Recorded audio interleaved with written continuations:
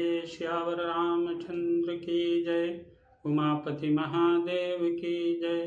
पवन सुत हनुमान की जय। हेलो दोस्तों, मैं लाल बाबू और आप देख रहे हैं मेरा यूट्यूब चैनल लाल बाबू भक्ति विहार। दोस्तों, पिछले वीडियो में हमने देखा कि श्री रामचंद्र जी माता कैकेयी से यह कह चुके हैं कि मैं पिताजी का बात आज्ञा मानकर जंगल में जाऊंगा, परंतु राजा दशरथ जी इसके लिए तैयार नहीं हैं और अपना धन्य भाग समझते हुए श्री रामचंद्र जी बन जाने को तैयार हैं। कैकेयी के शुभ चिंतकों ने बहुत सारी बातें कैकेयी को समझाई हैं। आगे हम पढ़ेंगे दोहा नंबर 50 से आगे श्री रामचरितमानस अयोध्या कांड दोहा नंबर 50 से आगे। बोलिए श्यावर रामचंद्र की जय। सखिन शिखावनु दीन सुनत मधुर परिणाम हित, ते कछु कामन किन कुटिल प्रबोध कुबरी। इस प्रकार सखियों ने ऐसी सीख दी जो सुनने में मीठी और परिणाम में हितकारी थी, पर कुटिलता कुबरी की सिखाई पढ़ाई हुई कैकेयी ने इस पर जरा भी कान नहीं दिया। उतरु न दे स्तु सहरिष रूखी, मृगिन चित वजन बाघिन भूखी, व्याधि असाधि जान तिन त्यागी, चली कहत मति मंद अभागी। कैकेयी कोई उत्तर नहीं देती, वह दुसह क्रोध के मारे रूखी बेमुरवत हो रही है। ऐसे देखती है मानो भूखी बाघिन हिरनियों को देख रही हो। तब सखियों ने रोग को असाध्य समझकर उसे छोड़ दिया। सब उसके मंद बुद्धि अभागिनी कहती हुई चल दी।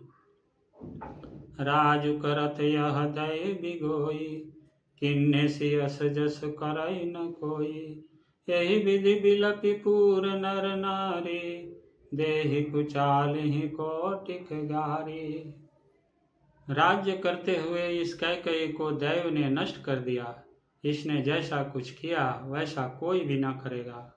नगर के सब स्त्री पुरुष इस प्रकार विलाप कर रहे हैं और उस कुचाली कैकेयी को करोड़ों गालियां दे रहे हैं। जरहि विषम जर लेहि उसासा, कवन राम बिनु जीवन आशा, विपुल वियोग प्रजा कुलानी, जनु जलचर गण सुखत पानी।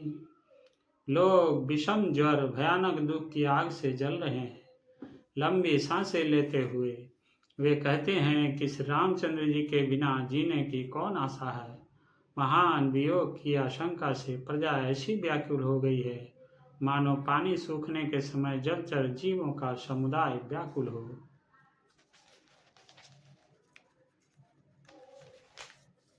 अति विषाद बस लोग लोगाई, गए मातु पहि राम गोसाई, मुख प्रसन्न चित चौगुन चाऊ, मिटा सोच जन राखै राऊ।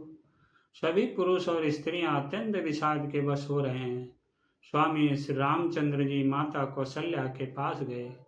उनका मुख प्रसन्न है और चित्त में चौगुना चाव उत्साह है। यह सोच मिट गया है कि राजा कहीं रख न ले। श्री राम जी को राज तिलक की बात सुनकर विषाद हुआ था कि सब भाइयों को छोड़कर बड़े भाई मुझको ही राज तिलक क्यों होता है। अब माता कैकेयी की आज्ञा और पिता की मौन सम्मति पाकर वह सोच मिट गया। नौ गयंदु रघुवीर मनु, राजु अलान समान, छुट जानी बन गवन सुनी, पूरे आनंद अधिकान। श्री रामचंद्र जी का मन नए पकड़े हुए हाथी के समान और राज तिलक उस हाथी के बांधने की कांटेदार लोहे की बेड़ी के समान है। बन जाना है यह सुनकर, अपने को बंधन से छुटा जानकर उनके हृदय में आनंद बढ़ गया है। रघुकुल तिलक जोरि दो हाथा, मुदित मातु पद नायउ माथा, दिन्नी असीस लाई उरलीने, भूषण बसन न्योछावर किन्नी। रघुकुल तिलक श्री रामचंद्र जी ने दोनों हाथ जोड़कर आनंद के साथ माता के चरणों में सिर नवाया। माता ने आशीर्वाद दिया, अपने हृदय से लगा लिया और उन पर गहने तथा कपड़े न्यौछावर किए। बार बार मुख चुंबती माता, नयन नेह जल पुलकित गाता। गोद राखी पुनि हृदय लगाए, स्रवत प्रेम रस पयद सुहाए। माता बार बार श्री रामचंद्र जी का मुख चूम रही हैं। नेत्रों में प्रेम का जल भर आया है और सब अंग पुलकित हो गए हैं। श्री राम को अपनी गोद में बैठाकर फिर हृदय से लगा लिया। सुंदर स्तन प्रेम रस दूध बहाने लगे। प्रेम प्रमोद न कछु कही जाई, रंक धनद पदवी जन पाई। सादर सुंदर बदन निहारी, बोली मधुर बचन महतारी। उनका प्रेम और महान आनंद कुछ कहा नहीं जाता, मानो कंगाल ने कुबेर का पद पा लिया हो। बड़े आदर के साथ सुंदर मुख देखकर माता मधुर वचन बोली। कहूँ तात जननी बलिहारी, कवहीं लगन मुद मंगलकारी। सुकृतशील सुख शिव सुहाई, जन्म लाभ कई अवधि वाघाई। हे तात, माता बलिहारी जाती है, कहो वह आनंद मंगलकारी लग्न कब है, जो मेरे पुण्य शील और सुख की सुंदर सीमा है और जन्म लेने के लाभ की पूर्णतम अवधि है। जेहि चाहत नर नारी सब, अति आरत यही भात।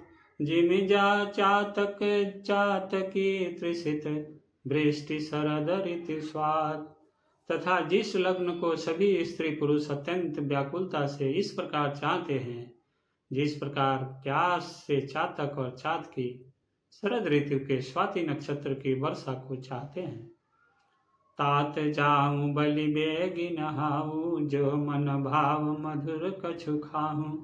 पितु समीप तब जायो भैया, भई बड़ी बार जाई बलि मैया। हे तात, मैं बलैया लेती हूँ, तुम जल्दी नहा लो और जो मन भावे कुछ मिठाई खा लो। भैया, तब पिता के पास जाना। कुछ देर हो गई है, माता बलिहारी जाती है। मातु वचन सुनि अति अनुकूला, जनु स्नेह सुर तरु के फूला। सुख मकरंद भरे श्रिय मूला, निरखी राम मन भंवर न भूला। माता के अत्यंत अनुकूल वचन सुनकर जो मानो स्नेह रूपी कल्प वृक्ष के फूल थे, जो सुख रूपी मकरंद पुष्प रस से भरे थे और श्री राजलक्ष्मी के मूल थे, ऐसे वचन रूपी फूलों को देखकर श्री राम जी का मन रूपी भारा उन पर नहीं भुला। धर्म धुरी न धर्म गति जानी, कहूँ मात सन अति मृदुबानी। पिता दीन मोहि कानन राजू, जह सब भांति मोर बड़ काजू। धर्म धुरीण श्री रामचंद्र जी ने धर्म की गति को जानकर माता से अत्यंत कोमल वाणी से कहा, हे माता, पिताजी ने मुझको वन का राज्य दिया है, जहाँ सब प्रकार से मेरा बड़ा काम बनने वाला है। आयसु देहि मुदित मन माता, जेहि मुद मंगल कानन जाता। जानि स्नेह वश डर पसी भोरे, आनंद अम्ब अनुग्रह तोरे। हे माता, तू प्रसन्न मन से मुझे आज्ञा दे, जिससे मेरी वन यात्रा में आनंद मंगल हो। मेरे स्नेह वश भूल कर भी डरना नहीं। हे माता, तेरी कृपा से आनंद ही होगा। बरस 4 विपिन बसी, करि पितु बचन प्रमाण। आई पाय पुनि देखहु मनु, जन करसी मलान। 14 वर्ष वन में रहकर पिताजी के वचन को प्रमाणित सत्य कर फिर लौटकर तेरे चरणों का दर्शन करूंगा। तू मन को मलान दुखी न कर। वचन विनीत मधुर रघुवर के, सरसम लगे मातुर करके। सहमि सुखे सुनि शीतल बानी, जिमे जवास पर पावस पानी। रघुकुल में श्रेष्ठ श्री राम जी के ये बहुत ही नम्र और मीठे वचन माता के हृदय में बाण के समान लगे और कसकने लगे। उस शीतल बाणी को सुनकर कौशल्या वैसे ही सहम कर सूख गई जैसे बरसात का पानी पड़ने से जवासा सूख जाता है। कही न जाय कछु हृदय विषादु, मनहु मृगे सुन के हरिनादु। नयन सजल तन थर थर कांपे, माजहि खाए मीन जनु मापे। हृदय विषाद कुछ कहा नहीं जाता, मानो सिंह की गर्जना सुनकर हिरनी विकल हो गई हो। नेत्रों में जल भर आया, शरीर थर थर कांपने लगा, मानो मछली मांजा पहली वर्षा का फेन खाकर बदहास हो गई हो। धरि धीरज सुत बदनु निहारी, गदगद वचन कहति महतारी। तात पितहि तुम प्राण प्यारे, देखी मुदित नित चरित तुम्हारे। धीरज धरकर पुत्र का मुख देखकर माता गदगद वचन कहने लगी, हे तात, तुम तो पिता को प्राणों के समान प्रिय हो। तुम्हारे चरित्रों को देखकर वे नित्य प्रसन्न होते थे। राजुदेन कहूँ शुभ दिन साधा, कहूँ जान बन के ही अपराधा। तात सुनावहु मोहि निदानो, को दिन कर कुल भयउ कृशानो। राज्य देने के लिए उन्होंने ही शुभ दिन शोधवाया था, फिर अब किस अपराध से बन जाने को कहा। हे तात, मुझे इसका कारण सुनाओ। सूर्यवंश रूपी वन को जलाने के लिए अग्नि कौन हो गया। निरखि राम रुख सचिव सुत, कारण कहु बुझाय। सुनी प्रसंग रही मुख जिमी, दशा बरनी नहीं जाय। तब श्री रामचंद्र जी का रुख देखकर मंत्री के पुत्र ने सब कारण समझाकर कहा। उस प्रसंग को सुनकर वे गूंगी जैसे चुप रह गई। उनकी दशा का वर्णन नहीं किया जा सकता। राखी न सकई न कहि सक जाहु, दुह भांति उर दारुण दाहु। लिखत सुधा कर गाल खिराहु, विधि गति बाम सदा सब खाहु। न रख ही सकती है न यह कह सकती है कि बन चले जाओ। दोनों ही प्रकार से हृदय में बड़ा भारी संताप हो रहा है। मन में सोचती है कि देखो, विधाता की चाल सदा सबके लिए टेढ़ी होती है। लिखने लगे चंद्रमा और लिख गया राहु। धर्म स्नेह भय मति घेरी, भई गति साप छुछुंदर केरी। राखौ सूतहि करऊ अनुरोध, धर्म जाय अरुबंध विरोध। धर्म और स्नेह दोनों ने कौशल्या जी की बुद्धि को घेर लिया। उनकी दशा सांप छुछुंदर की सी हो गई। वे सोचने लगी कि यदि मैं अनुरोध हट करके पुत्र को रख लेती हूँ तो धर्म जाता है और भाइयों में विरोध होता है। कहूँ जान बन तो बड़ी हानि, सकट संकट सोच विवश भई रानी। बहुरी समुझितिय धर्म सयानी, राम भरत दो सुत समझानी। और यदि बन जाने को कहती हूँ तो बड़ी हानि होती है। इस प्रकार के धर्म संकट में पड़कर रानी विशेष रूप से सोच के वश हो गई। फिर बुद्धिमती कौशल्या जी स्त्री धर्म पति व्रत धर्म को समझकर और राम तथा भरत दोनों पुत्रों को समान जानकर सरल स्वभाव राम महतारी। बोली वचन धीर धरि भारी, तात जाओ बलि किन्ने मुनि का। पितु आयसु सब धर्म कटिका। सरल स्वभाव वाली श्री रामचंद्र जी की माता बड़ा धीरज धरकर वचन बोली, हे तात, मैं बलिहारी जाती हूँ। तुमने अच्छा किया। पिता की आज्ञा का पालन करना ही सब धर्मों का शिरोमणि धर्म है। राजुदेन कही दीन बनु, मोहिन शोध खुलेश। तुम्हें बिनु भरत ही भूपति ही, प्रज ही प्रचंड कलेश।